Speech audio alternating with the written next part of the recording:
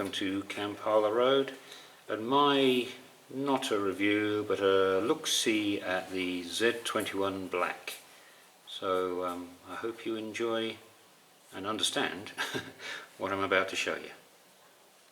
Right, the Elite is packed away and in its box. Served me for 12 years, not bad, maybe longer actually, 2005, 2006 maybe. I was hanging out for the Hornby update, but I guess with their financial woes they're going to carry on peddling this for quite a while before it does need a substantial update. You can do firmware updates, but with all the button pressing it's a bit of a bind.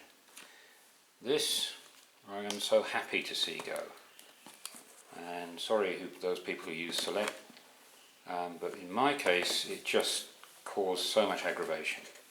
And another disappointing thing was I bought this 4 years after the firmware upgrade, and it didn't have the firmware upgrade in it, meaning it could only do 9 functions, etc, etc. It also didn't function well with the 1.41 upgrade in the Elite. So I was going to, it's not in the box, I was going to ceremoniously throw it out the 3rd floor window here and set the camera up down in the driveway to see it smash, but I found an alternative use for it, which I'll come to. So to replace all this, I was very fortunate to land this, the Z21 Black. I didn't know there was a white and black when I bought this. It was only afterwards I did the research. That's typical me. Price wise, I'll get that over and done with straight away. The Elite you can get for around about £200, £205 to £265, wherever you buy it. And it is a good controller. It does everything that the big boys do. It's very slow at getting there. The Z21 is, I've seen it for £295, that's the cheapest, Z21 Black, and the most expensive I've seen for £365. Now mine was second hand, and I bought it from somebody in the UK I knew through YouTube and outside YouTube, and I trust him, and he told me he had used it once, packed it up and contacted me asking me was I still very frustrated with my Elite, etc, and would I be interested. So I bought this for £210 I think, and he also sold me a multi-mouse, which I'll come on to in a minute, which made the whole package £250. And he was telling the truth. All the cables and everything was still wrapped up in plastic, all the wires were still wrapped up, so I have no need to doubt him. So off we go. I'll show you where it's set up. Public health warning on this video: if I sound like I'm gushing with praise with this product, I am, at the moment anyway, because it has made life so easy, and also I realise how awkward the Elite is becoming on my layout. I'm not saying that's on everybody's layout, but certainly on my layout with lots of points, it was becoming extremely awkward. So what you can see is the black box, Z21, and the router on the top. I was going to put that on a shelf, but there's no need to. It's very powerful. It's just like your home router. In fact, I can sit downstairs and still pick up the signal and in the next room, etc, etc. So it's not bad. You can see this multi-mouse, which is actually more complicated than using the app.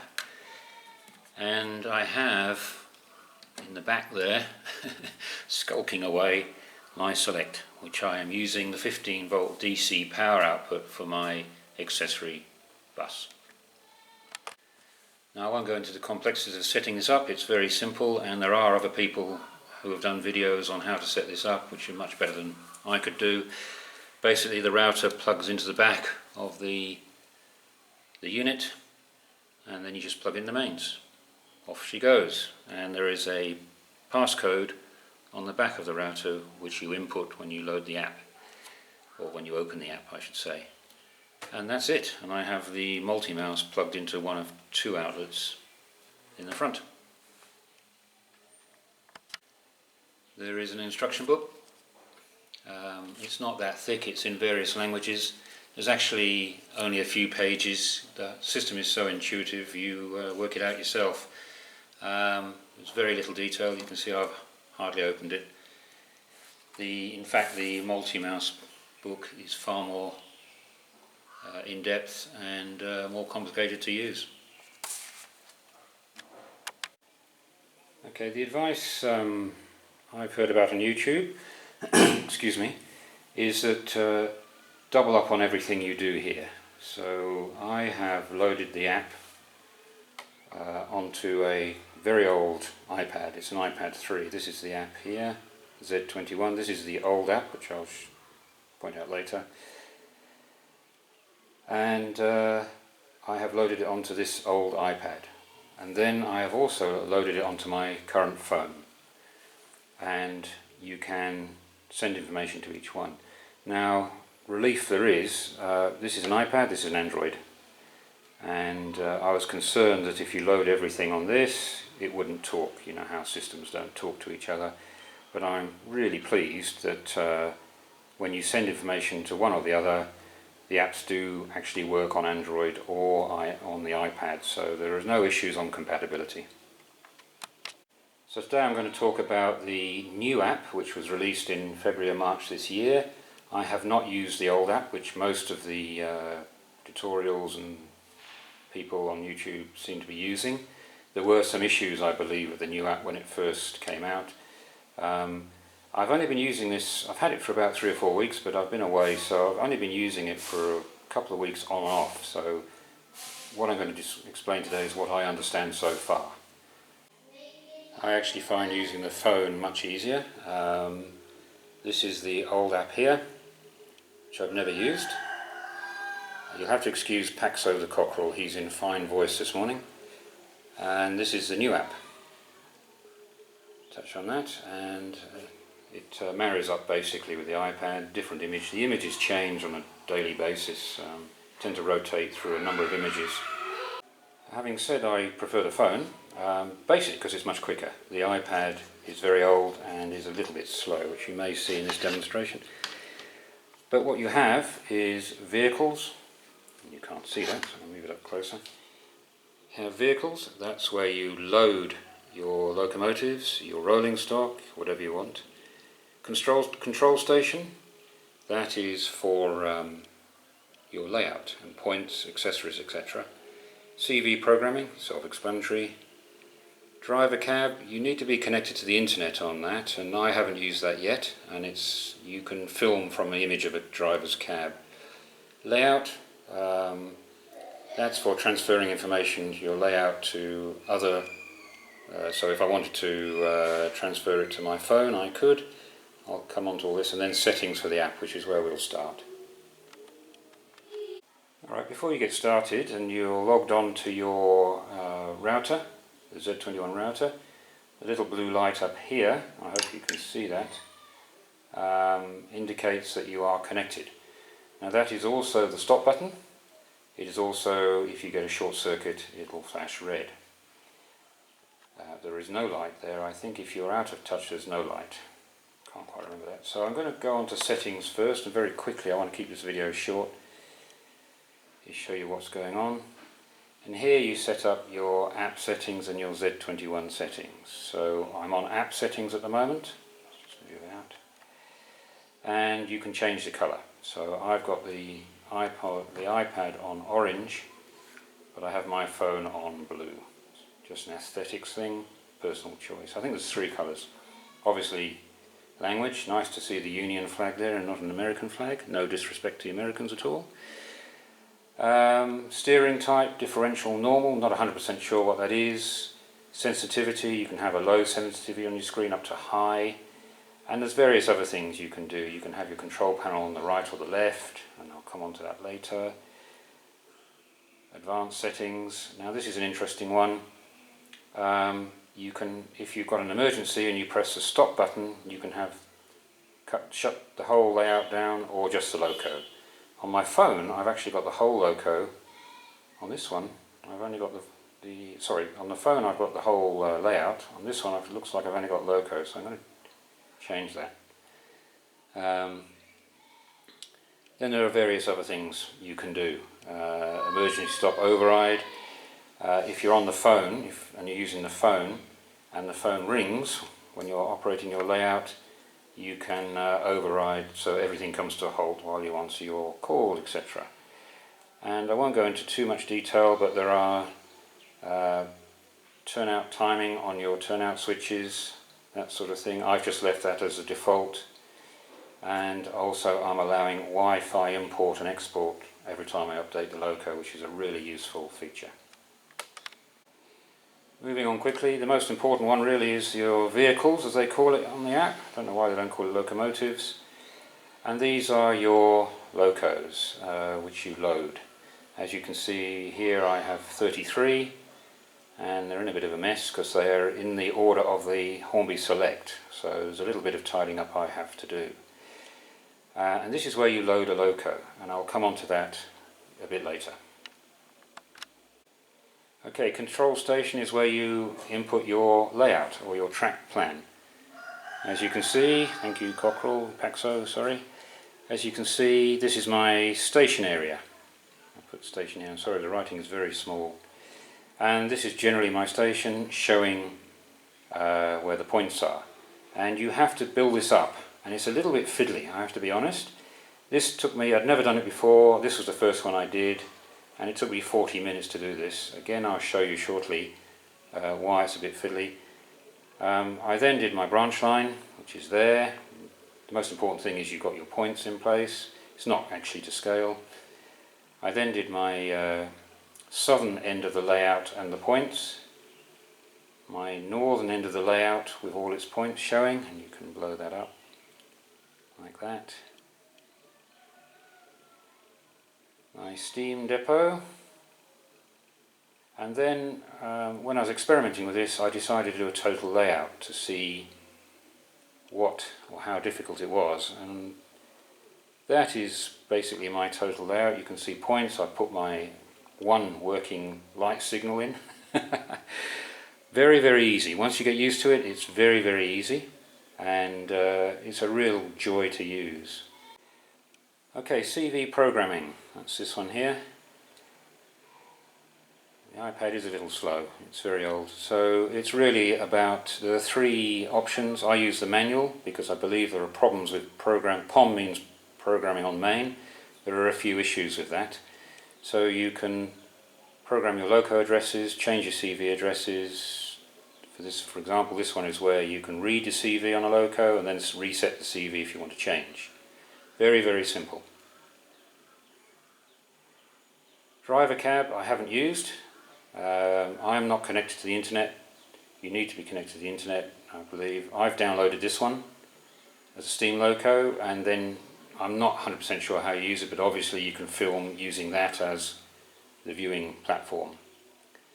Haven't got into that yet. Layouts, this is where your layout comes in and you set it up. So my layout currently is Kampala Road version F. This is the old version E. So you can have lots of different layouts on this app. Not just your own layout, you could have friends' layouts, whatever you like.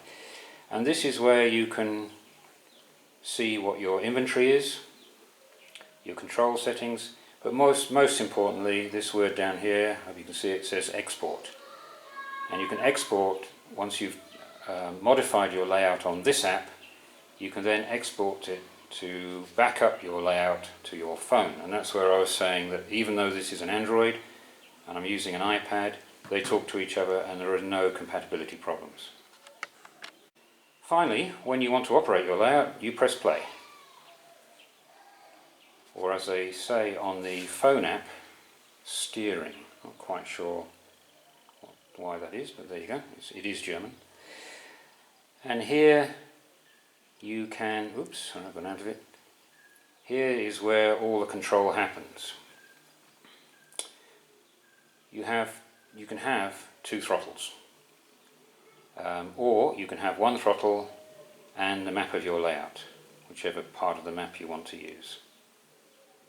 Oops, and you can blow that up. And this is where you change points.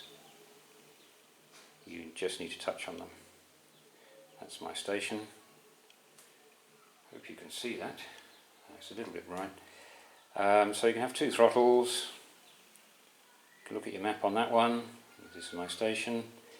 So it's very, very versatile. There are three ways to look up a loco. You can scroll through like this. This is my iPad. As you can see, it is struggling a bit. You can scroll through on the bottom here. The quickest way I find is put a... Not sure why my phone's working there, sorry about that. Put the grid up and you can see your locos there. And I'll start now and show you how you put a loco on the system. It's actually much easier to use your phone to do this, but because the screen is bigger I'll do that. So we'll go into vehicles, we'll use the iPad because it's easier to film. And this is my catalogue. On my phone I have this in numerical order. I haven't done that on this side yet. As I said, it's set up on select here, and I've started modifying on my phone to get away from the select settings. So I want to add a new loco. So I press plus down here, and you can either add a loco, you can add a wagon, accessory, train, camera, locomotive, whatever. And I press loco, and here we are. This is what I'm going to do, and the loco I'm going to put on, not ready, I haven't put this on, is Aluminium 100, one of my favourites. So we're going to put her on. And Paxo is very interested in this video. So on this side of the screen is what you do with your information. I'm going to do it very basically because it's obviously I don't want to do a massive long video. Now the loco address for Aluminium 100 is 10. So that's what the chip is programmed at. It's a new loco. My iPad is slow, so I need to get rid of that. And put in Bachmann. And I'm going to do this very roughly because I'm in a rush. Bachmann 37, let's just do that. Now you can choose between kilometers an hour, regular speed step, or miles an hour. And I've been playing with that a little bit, and I quite like the miles an hour because you can set the train going and say, oh, let's set it at 30 miles an hour, and off she goes like a DMU. It's not to scale though, it is just there as an example because I've tried it, different speeds, different locos. 30 miles an hour means something very different in each loco. Here, you can set the speed, and it's currently set at 100 miles an hour. Now I don't think 37s could do that, could they? Now, I've set my 37s at 85 miles an hour, and that shows on your throttle when you actually are driving the train. And this is where you put your photograph in, and that's going to be tricky to film. We're going to try it. Okay, I have Aluminium 100 on the track. I'm going to press the arrow here. I want the camera. And lo and behold, the camera comes up. And I'm going to take a picture of Aluminium 100. Let it get into focus, I'm a bit too close.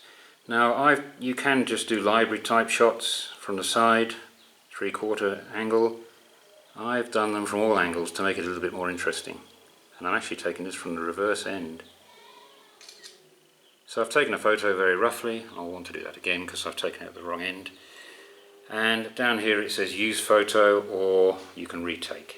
So you can do that as many times as you like. So I'm going to use the photo for the purposes of this example. In she goes. And there it is, it's as simple as that. Now on the phone app there's a cropping facility, so you can crop the photo, but on this one there isn't. Then I can put her full name in, Aluminium 100, British Rail, and then it asks you length over buffers, weight. I tend to put in just the full name of the locomotive, the railway operator, LMS, British Rail, LNER. I do put the decoder in, so I know it's a Hattons or a Bachmann or a lens silver, and it says year of production, so I've actually there putting in the year I bought the loco, as far as I can remember. And a lot of my locos are 10 years old plus, so 2005, 2006, that sort of thing. And that's it, the loco is in. So if I go out of the app now, and I'll just put the iPad back where it was. Okay, so I hope that's clear.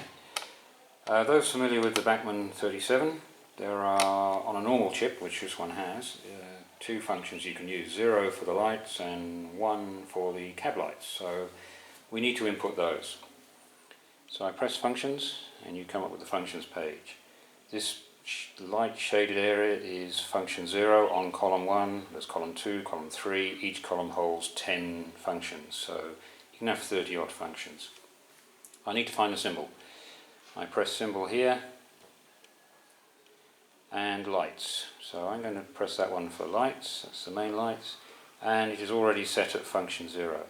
I've had a problem with TTS on this, and delete the number, put it in again, sort it out. But with this particular decoder I don't think I'll have a problem. So that's function 0. Function 1 is the cab light, so I press that just to give that light shaded area again. I want to put in function 1 here, just get rid of that. This iPad is slow, sorry. So I've put in function 1 and I'll find a new symbol for cab lights. Now there are some things about these symbols which I'll just explain.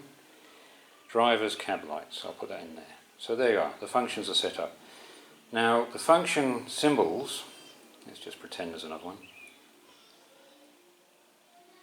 There's quite a few,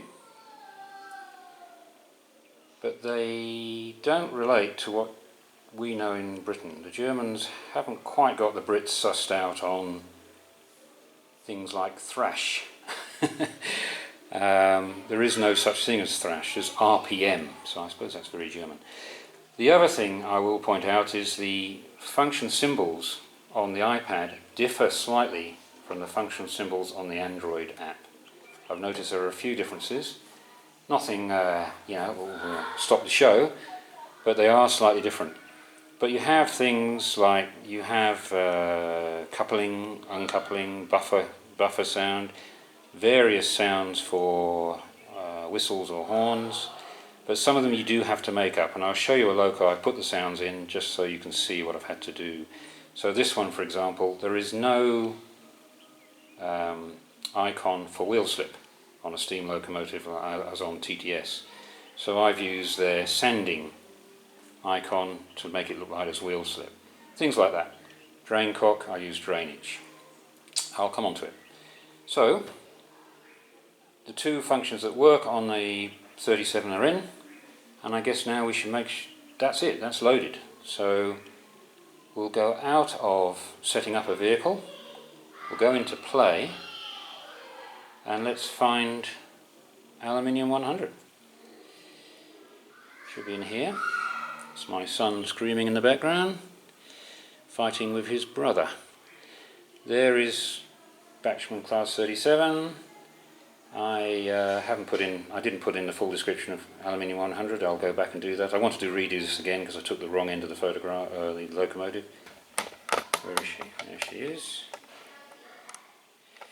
My camera's a little bit stiff. Now what I'll do is I'll go out of vehicles. Let's get some more, and then go into play.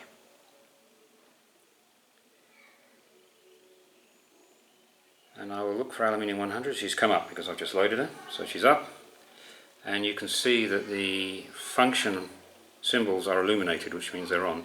So if you look at the front of the lights, if I turn it off, on, off, on, cab lights, off, on, and let's see if she works. You can do the throttle like this. There she goes. Oops. Now I haven't set any speed settings on this decoder, but what I do like doing, and I find easier, is on the throttle you tap like that, and you tap like that, and tap like that. And then if you have speed steps like acceleration rates, I tend to put in +20 on acceleration and -15 on deacceleration. And if you do your, let's just change direction so it doesn't hit the buffers. If you do it like that, then I'll stop that because the train, I don't know where the locomotive is going. If you do your control like that, then the decoder takes care of the acceleration, or you can just slide your finger up and down. Okay, I've moved back into vehicles just to show you an easy way of loading these functions. Obviously, on TTS, for example, and others, I guess, there are 24, 25 functions, and to load a locomotive, then start loading all the functions, whether it's column 1, column 2 or column 3, is quite laborious. So what they've done, which is a really neat feature, is you can duplicate. So let's try City of Birmingham. She's got TTS decoder in, and these are her functions. Column 1, column 2. She has 22 functions. I'm not sure what's happened to 18. They are slightly different from other TTS, but you can delete a function, move a function around. It's very, very easy, not a problem. Now, let's say I was putting on another Hornby steam locomotive or whatever with TTS. What do? What you can do is you scroll up, you duplicate. Press duplicate, and it loads a second City of Birmingham. Let's go to that. So I have one City of Birmingham there, which is my loco. Then I can change these details to whichever loco. So say it was Gadwall, I can then change the decoder number, description, etc, etc, etc, speed and photograph to replicate Gadwall and change all the description. You will then find, if it will work, all your functions are there. There is a slight difference between Gadwall and City of Birmingham, and as I said, you can change them around, but basically you've got your 22 functions loaded immediately, and I've done that with the 37s I have with TTS. And I've also done it with locos that don't have a sound decoder in, but I'm sort of thinking, well, Aluminium 100 will have a decoder in one day, a TTS decoder maybe, and I'll go back and duplicate this one. That is Mary Queen of Scots. My iPad is slow. She has a TTS decoder in, so if I scroll down here you'll see I've put here TTS. I bought her in 2004. It's my son fighting with his brother, sorry about that. Nothing I can do there. And the functions are loaded. So I could duplicate that loco for any loco 37 that is going to have a TTS decoder in. And other decoders, I guess, and then you just mess around and move them to whichever location you want. So if 14 is not a horn, you can press 14, delete. It's very, very simple. Now I've duplicated City of Birmingham there, I don't want it, so I delete that loco. Boom boom, she's gone. Okay, chase the kids away, we have some peace for a while. This is a little bit fiddly. On the old app you could take a picture of your junction and overlay the digital image of the points or whatever, diamond crossing, whatever it was, over the top. I have to say, when I plugged in and connected the power bus to the Z21, my biggest fear was that the Hornby accessory decoders would not work, and I have 7 Hornby accessory decoders and 1 lens on this layout. To my surprise and absolute amazement, it worked. And because I'm the sort of person that everybody says, oh, it's dead easy, you can do this, you can do that, and off you go. And when I try it, you know, it sinks like a lead balloon.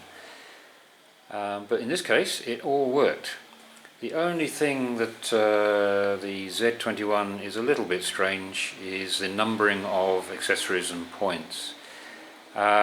If you have a point, for example, my number 1 point becomes number 5. They have this thing where it's different by 4 numbers. So number 2 point is 6, number 3 point is 7. As long as you understand that, you're okay. There is a feature which automatically changes all your points to the configuration on Z21, but I did it manually. Okay, so let's, for example, say I want to add a new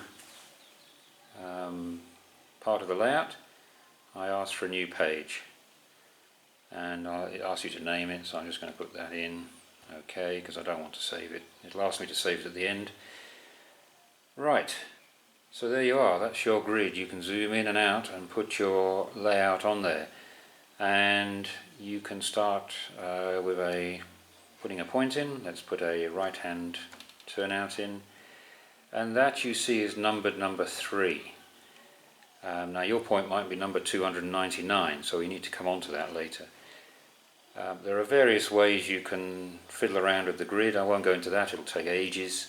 But basically you tap on that point and you have to hold it and turn it with your finger if you want to turn the direction. This is where a electronic stencil pencil pen would come in much better.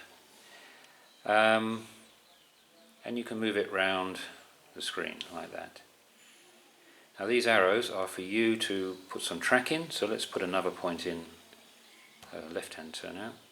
And let's turn that one round and put it up here. And I want to join that one to that one. This is very rough, so you need to hit that arrow and put the track across there. I hope you can see my fat finger in there, and there you have your track joining. And you carry on like that. You may want to go to this. Oops. Get the arrow. Probably easy to do that one. Get the arrow and join up to there. And you can see how you start making up a layout. The icons are very clear. You've got quite a lot to choose from. Railhead or buffer stop, curves, signals, those sort of thing. Switches. It is fairly good. And the beauty of this, and this is what really caught my imagination from the Elite. Let me go out of here, back onto a layout. Okay, I've gone out of setting a layout up. I've gone back into play. So I've gone out of control station and press play, and I'm now into my throttle or layout setup. And this is what really got me with the Elite. If you want to change a point with the Elite, you would have to press Accessory. You press Accessory again, then you punch in the number of the point, so if it's a double-digit number, so you're up to 4 presses. You then press OK with the large button. That's 5 buttons you've pressed. Then you press left or right to turn the point. And then if you've got a sequence of points to do that, you can see it takes time. And I used to have to, I wasn't very good at it, stop the train if there was a sequence of points to get into the station from the through station. So the main difference from the Elite is there's no button pressing, you just tap the point. So here I've got my main layout. I haven't done all the track work, I haven't finished it yet. But these 2 points, so I want to change them. I just tap that point.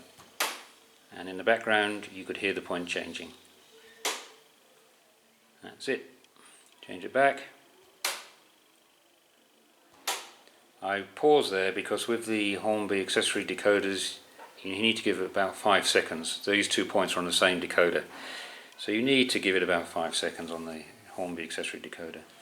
And if I want to change my light from red to green, I just do that and it changes. No problem. So you can see, and you can actually change the points even when it's that small. Yeah. You can see that you can set up a route very, very quickly. Now I believe you can set up routes and save them. I haven't got that far yet. But I can go bang, bang, bang, bang, bang into the station. You can hear the clicking going on in the background.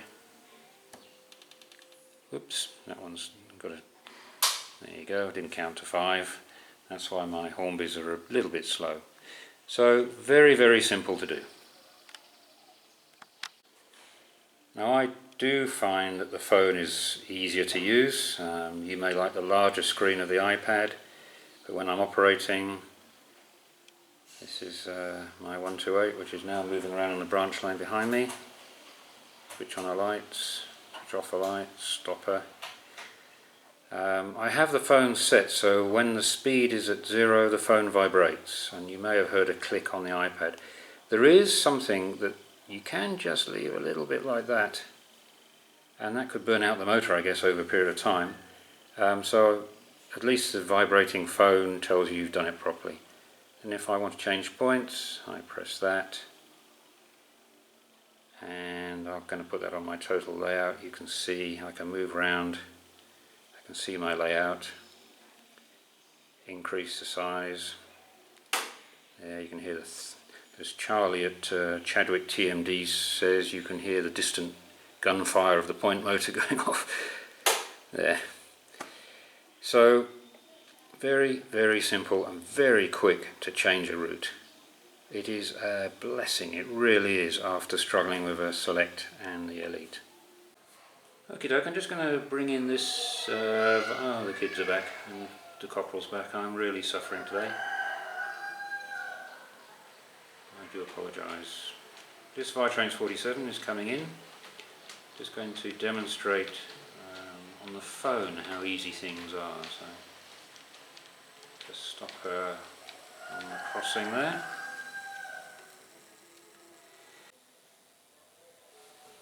With my previous controller, you know, you've got 25 functions. I can't remember them all, and if they differ slightly between various locomotives, I've got no hope. My memory's pretty bad.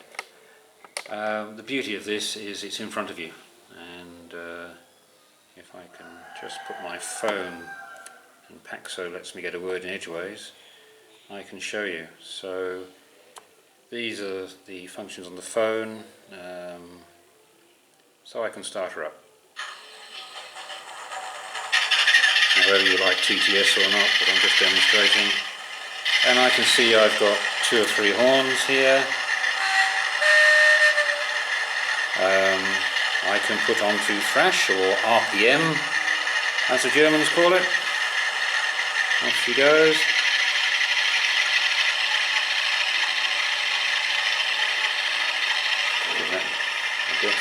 Put the air pump on, and it's all there in front of me. Put the fan on. Hope you can see this. It is very, very good. And different horns, conductor's whistle. It's brilliant. It makes life so easy. The other thing I have noticed is I don't know if there is a power conditioner on the Z21, but all my trains run much better than on the Elite. Much smoother power delivery. What I thought was my track work, I've been putting in dropper wires everywhere. I don't think it was. I think either my Elite was on its way out, or the transformer power in the Elite, substandard, on its way out, not as good quality, whatever. So yeah, that's an unexpected bonus, is the fact that I have a much better running layout. So it's easy. I think that's the main thing, and I certainly haven't explored all the functions on a Z21 yet, but for me it's a revelation, to be honest. No more button pushing. Now, to change 3 points, there's 15 buttons to press. Now it's just bang bang bang on the diagram, as you saw, and everything's done. So yes, if you pay for retail, it is more expensive, but I think, you know, the Elite is now £260. It's not worth it. It's been left behind by various other systems, not just the Z21, but the Gauge Master system seems to be very good as well. So I hope this has given you some insight. It's really it's not a review, it's a look-see at the Z21. If you want me to go into any area of more depth, I can do, because I was trying to rush this video so it didn't become a sort of 45-minute monologue. And I can do that if you want me to show you some more bits, but I hope this has given you some sort of overview using the new app. And yeah, from Kampala Road on this beautiful day, despite the kids and despite packs over cockerel, I hope you have a good weekend.